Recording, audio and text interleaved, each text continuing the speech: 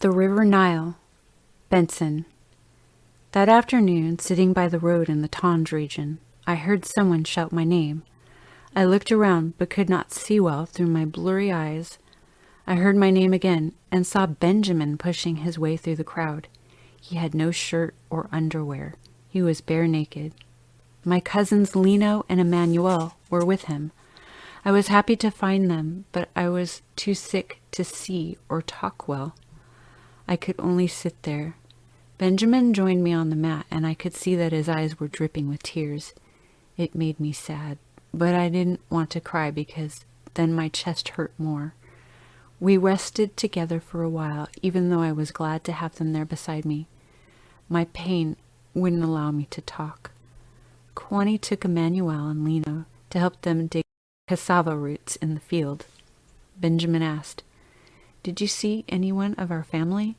I shook my head. "I don't know where they went," said Benjamin. "I couldn't get home because of the people shooting. I don't know if my parents died or if they are alive."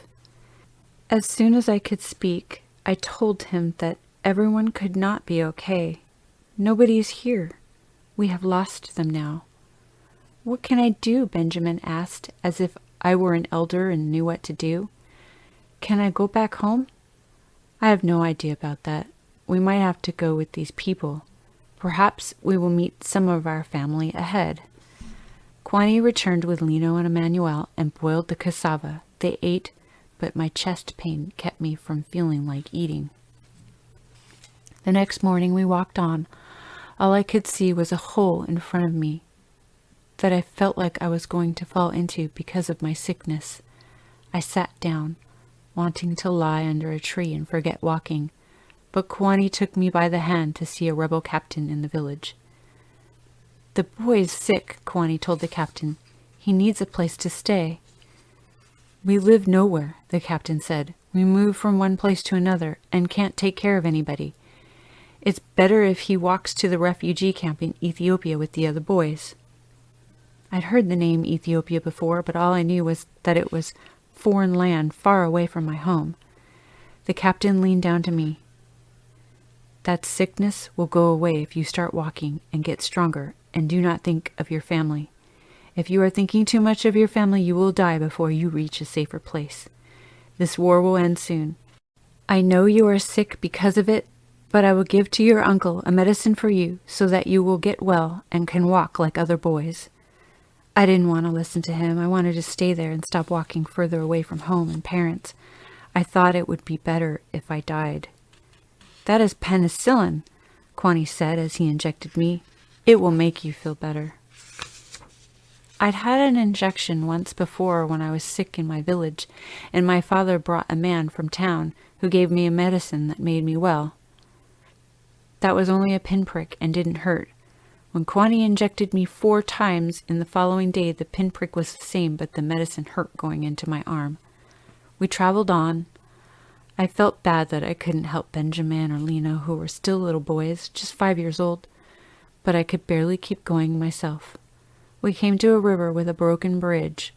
All around were burned-out trucks, the ground smelling of burning oil. My stomach was not strong. The stench made me vomit. We found metal cans spread across the grass and sand, and on the bank of the river. "What are those?" the boys asked. "Ammunition shells," Kwani said. To the side of the road, a big green round metal thing leaked grease, and all the boys wanted to stand and watch it. "Move away from that thing," a man warned. "It's an unexploded bomb." Kwani told us the SPLA rebel forces had destroyed a government troop convoy here earlier, and that was why the government was sending troops to destroy our villages. I kept quiet, wondering if that was true. We crossed the river at the shallow part by following a man ahead of us who had a stick to detect what was below the surface. If there was a metal fragment, we had to divert our route, climbing out on the riverbank. A boy stepped on a sharp object that scraped the skin off the sole of his left foot. We had to leave him in the next village because he could hardly walk. We entered a huge forest and walked all night. Even though we'd left it far behind, I could still smell the oil and ammunition, and my stomach was weak with nausea. In the cold night breeze, my chest hurt more and made me cough. Early the next morning, we found blood covering the path, which led us to a man who had been shot while running away when his village was attacked. His leg was broken by the bullet, and he'd bled everywhere. He'd been crawling for 2 days. He said the hyenas had been trying to eat him, and he had been fighting them with a stick all night. "Don't go on this path ahead to my village," he said. "Find another way." A group of men decided to tie him to a blanket and carry him. One man said he knew another way to the village, so we followed him for some hours, but we did not find it. We returned to the tall grass and found a hut. We asked the people there for directions to the chief's compound, but they were cunning. They misdirected us, and we walked for another night without finding shelter. As we became exhausted, our long line of walkers broke up. At times, people sat down to rest on the grass or find a dry place to sleep. Sometimes I became separated from Benjamin, Lino, and Emmanuel, and we found each other at resting points. When we had to cross a large, swampy area, many people were bitten by snakes. Every time anyone was injured, he was asked if he preferred to remain in a village or continue walking. Most people tried to keep walking, but many were left behind and many died. After almost 2 months of walking and living off wild food or gifts from generous villagers, we reached the Upper Nile region, and there our problems multiplied. Before reaching the Nile River itself, we had to walk for 2 days in muddy water. Night there was so cold, I didn't feel anything. Warm breezes came, and then cold ones that made me shiver and my teeth chatter. When we finally found the riverbank at Chambay, I was amazed to see such a big river, so wide I couldn't see the other side. I couldn't see how we were going to cross it. Hippopotamuses floated, open-mouthed, showing us their sharp teeth, while the crocodiles moved in close along the bank. When we were told we would be rowed across on a boat, I thought we were sure to die because there was a heavy current. We had to wait for the wooden boats in tall, swampy reeds. I was so hungry that I picked up some bones of fish that had already been eaten by a fisherman. Although there was no meat on them, the bones kept my mouth busy so that I wouldn't forget how to eat. The crocodiles didn't eat us, but the mosquitoes that infested the reeds did. Night was the worst. They all came out, big ones, little ones, even their babies. When I swept my hand across my back, smashing 5 or 10 mosquitoes at once, my palm was wet with blood. Even by day, the hungry ones fed on us. Sometimes I could feel one biting, so I hid it only to discover 4 or 5 others already sucking my blood. On the morning of the 3rd day, the boatmen arrived with rebel soldiers.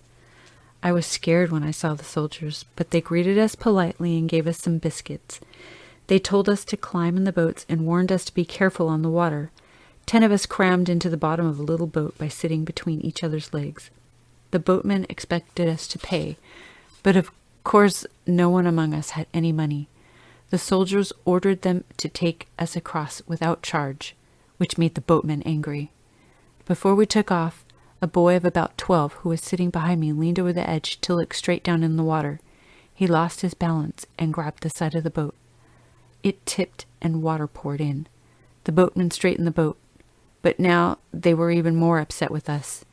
The one in the rear raised his big oar and struck the boy who had tipped the boat on the side of his head. Blood poured out, and he held his head in his hands as we left the shore. We were sitting in river water, which turned red from the blood pouring from the boy's head as the boatmen paddled. The soldiers advised us to not think very much of our parents or of the difficulties that faced us on the way. I tried to follow their advice, but it only made me think more. I turned to glance at my homeland as it disappeared from view. My thoughts were on my village that I was leaving behind. Had it been attacked? What had become of Akun, Alepho, Nunu, and Engong, and my mother and father, if they were still alive? Would my parents ever find me on the other side of the Nile? Was there a way back?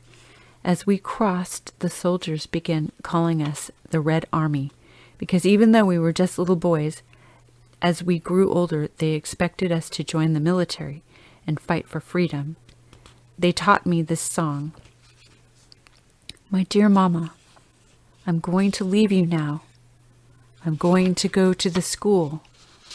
Never think of me again. My loving Daddy, I'm going to leave you now. I'm going to where no one knows. Never pray for me anymore.